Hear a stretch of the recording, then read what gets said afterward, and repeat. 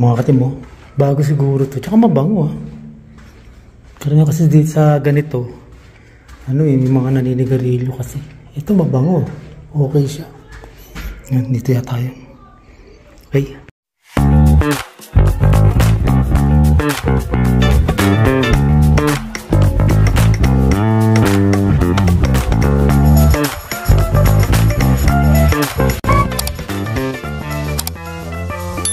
Mga katim, at isang araw na naman natapos. Ano ba ngayon? Tuesday ngayon. At last day natin bukas. Wednesday, kung mabibigyan tayo ng schedule, last day natin bukas sa Coke. Tapos sa Thursday, Friday, Saturday, dun tayo sa Walmart. Yan. At ito, nakakapagod siya, pero pagka yung natapos mo naman yung trabaho, tapos nasa oras ka naman, okay naman siya. Walang problema. Yan. Ganyan lang talagang buhay-buhay natin dito sa Canada eh. Yan. Sabi nga, may nag-comment nga na ang sabi, puro na lang daw ba kami trabaho. Kasi nga sa dami ng ginagawa ko, may dalawa akong trabaho, bali 6 days na yun eh. Yung 3 dito sa Coke, 3 sa Walmart, tapos nag-Uber pa ako, nag-DoorDash, nag-Instacart. Yan, sabi ganun. Yung parang sabi niya sa amin wala ba daw ba kaming pangarap? Sabi niya, wala ba kayong pangarap? Puno na ba kayo trabaho dyan sa Canada? Ayan, sabi ko. Pag inisip ko naman, anong pangarap? Diba? Anong pangarap ito na nga, pangarap mo makarating ng Canada. Pangarap mo makapagtrabaho sa Canada. Pangarap mong magkaroon ng bahay sa Canada. Diba? Tapos pangarap mo na ma-PR ka rito. Ma-PR, ma-citizen. Diba? Yun yung pangarap. Kaya lang, siyempre, pag nandito ka sa Canada, dahil nga sa dami ng pwede mong pasukan na trabaho, parang bakit ka magkasayang ng oras kung pwede ka naman pumasok sa trabaho, di ba? May isang nag-comment nga, nagkasalamat ako sa nag-comment na mas okay na ngayon ganyan, maraming trabaho. Dun nga naman sa Pilipinas, walang katrabaho-trabaho, di ba? May age limit pa, mas maraming tambay doon. Dito, no age limit, hanggat kaya mo, hanggat kaya ng oras mo, hanggat kaya ng katawan mo, pwede ka magtrabaho rito. Kaya ganun. Yung nagsasabi na wala daw ba kami pangarap, siyempre may pangarap tayo. Ito na yung pangarap natin eh, di ba? Nakarating na tayo sa Canada eh. Ang pangarap naman natin ngayon, kaya tayo nagtatrabaho para tayo makaipon, para pag dumating yung araw na gusto mo na magretiro. Kasi ako, pagtatanungin nyo ako, mas gusto ko pa rin magretiro sa Pilipinas. Yan, kaya nag-iipon tayo, trabaho tayo ng trabaho, kasi ang pangarap naman natin, natupad natin yung pangarap natin dito eh. Nakarating na tayo eh. Nagkaroon tayo ng bahay, na PR tayo, di ba? Yan. Tapos may mga kotse, di ba? Sa Pilipinas, wala kaming ganito eh. Kaya ito natupad na rin yung pangarap. Mayroon pa isang pangarap, yung magkaroon ng bahay sa Pilipinas naman, di ba? Magkaroon ka ng negosyo sa Pilipinas. Para pag nagretiro ka rito sa Canada, meron ka ng parang every 6 months ka na lang dito.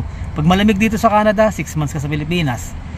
Tapos pag di na malamig dito, balik ka ulit dito sa Canada. Ganun na lang gusto. Yun yung buhay na, yun na yung pangarap na, yun naman yung pangarap na inaano namin. Kaya nagtatrabaho kami.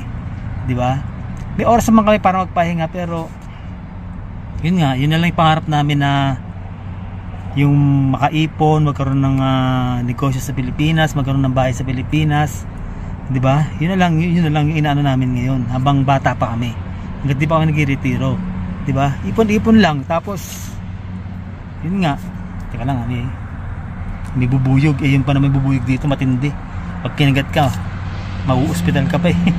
Yun lang yung ano ko doon, yung sagot ko lang doon sa nagsabi sa amin na yun nga, wala kaming pangarap. Ito nga, nakuha na natin yung pangarap natin, di ba?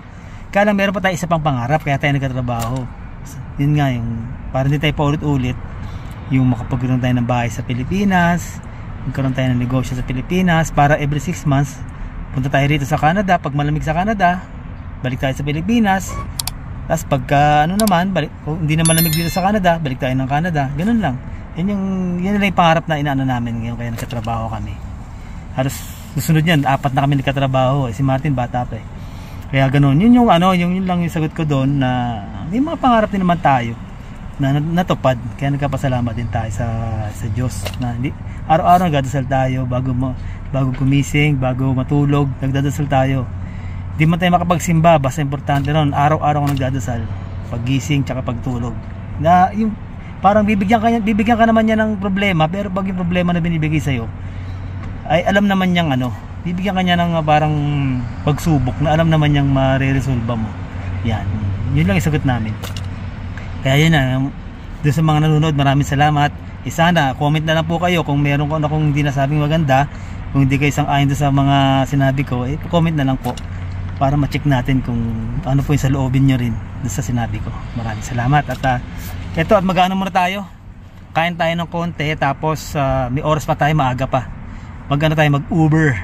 Tapos mag-Uber si Shakira kasi mag-out na, sunod natin si Shakira. Yan, okay, let's go.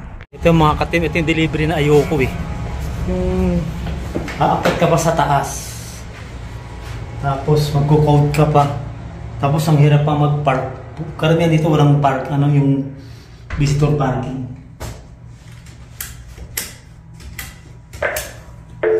Grabe. Please stay on the line while your call is completed. Long distance charges may apply. Huh? Hindi ito matawag Code lang kailangan natin para ma-deliver natin ito. Natapay. At na-deliver na natin. O yun, rito, ang bango nung nila, nung condo nila. Kasi dun sa amin dati, amoy na amoy may mga yung mga niluluto nila, amoy na amoy mo. Dito hindi pa bango, okay siya. Siguro dun depende sa sa panlinis, kaya dun sa exhaust. Kaya yan, pangalawang order natin yun. Yung isa dun sa magkalapit lang naman. Ay, magkalapit lang naman to. Yan, abang-abang ulit tayo ng susunod na bigay sa atin. Doon pinagtyagaan ko yung $3 at $2 to magkalapit siya. Pero okay na rin. Kesa naman wala tayong makuha. Yan. Ito siya, yan Building 1, 1,000, 2,000, hanggang yan. 3,000 building. Doon yung 1,000, 2,000, 3,000, gano'n yan Yung building lang naman yan, building number, para hindi maligaw. Grabe, ang init. Kailangan talaga umuwi muna tayo. Nakapangpasok pa tayo, ang init Bakit mo? Nag-change costume tayo. Yan. Napaka-init na suit ko kanina. Grabe. Parang bumukas ba? Parang din ang bumukas Basel na naman siya. Tignan natin yung basel niya. Yun ang mga katim. Kamali tayo ng kanina.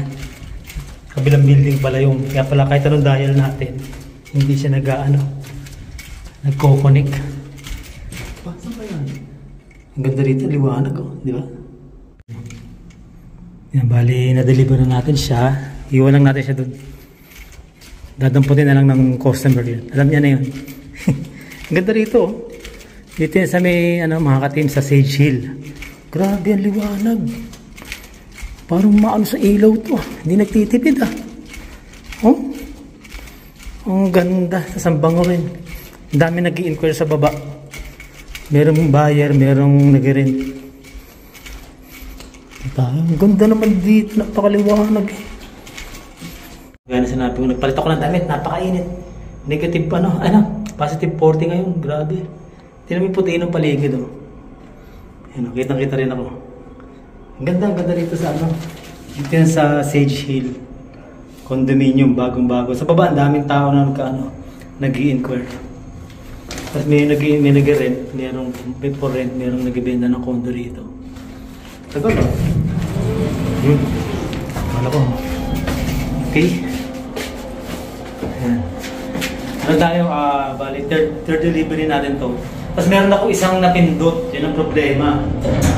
May napindot ako isang, hindi ko alam kung saan yun. Kasi may nag-message system. Pag pindot ko, napindot ko rin yung yung binigay sa akin. Ito yung mga katib mo. Yan. Ang ganda. Everything absolute. Dito yan sa yan, mali yan. Ito yung mga malapit kayo dito sa mga Dalarama, Juice. Yan. Sa may ano, Sage Hill. Ang ganda, may mga showroom dito. Kaya tayo pwede pumasok kasi nga ano eh. Ano?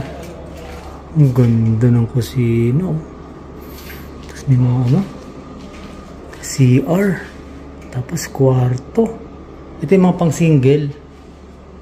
Ganda. O, pang, ito, two-door pala oh. Ganda rin ang ano niya oh. Ayan. Dito yan pagka gusto nyo mag-rent or bibili kayo ng condo. Ito yun. Ayan oh. Ganda nitong aisle nyo. Ayan. Ito yung CR. Ito yung pangalawang room. 2 bedroom. Ganito itsura niya. Ayan. Ang laki ng ano niya oh. Wash area. Yan. Ito pagkano lang to, yung isang floor lang siguro. Parang sa amin dati. Pero maayos to. Mas maganda to. Okay, tara na. Nakimarites lang tayo. Ito yan sa ano, Logel Homes. Okay. Let's go. Ito pala siya mga katim mo. Sage Walk Condos and Town. Yan.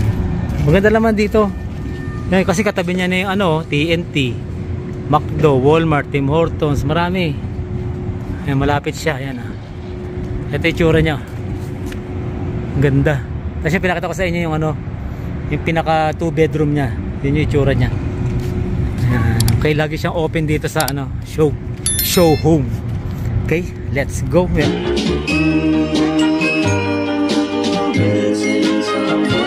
Missing someone